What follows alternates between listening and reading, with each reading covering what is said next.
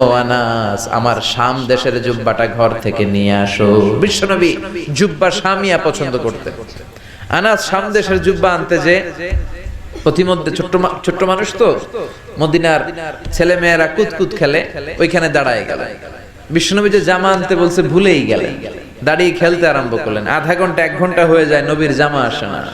নবী ভাবলেন, কিরে আনাস রে কখন পাঠালাম জামা আনতে, আনে না কেন? মনে হয় ভুলে গেছে। যাই কি আর করা, নিজের জামা নিজেই নিয়ে আসি।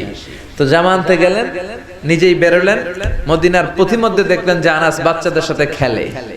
বিশ্বনবী কিছুই বললেন না, নিজেও যে খেলা দেখতে শুরু করলেন। আনাস খেলতে খেলতে হঠাৎ আনাসের চোখ বিশ্বনবীর চেহারার দিকে পড়ল। পড়ার সাথেই মনে পড়ছে, হায় হায়, নবী না জামা আনতে পাঠাইছিল, ভুলে গেছি। আনাস বলে, বিশ্বনবীরে দেখে আমার কলিজার এদিকে না, এদিকে উঠে গেছে ভয়। কিন্তু বিশ্বনবী আনাসের একটা ধমকও দেয় নাই, একটা গালিও দেয় নাই, চোখও গরম করে নাই, শুধু একটা মুচকি হাসি দিয়েছে। কি দিয়েছে?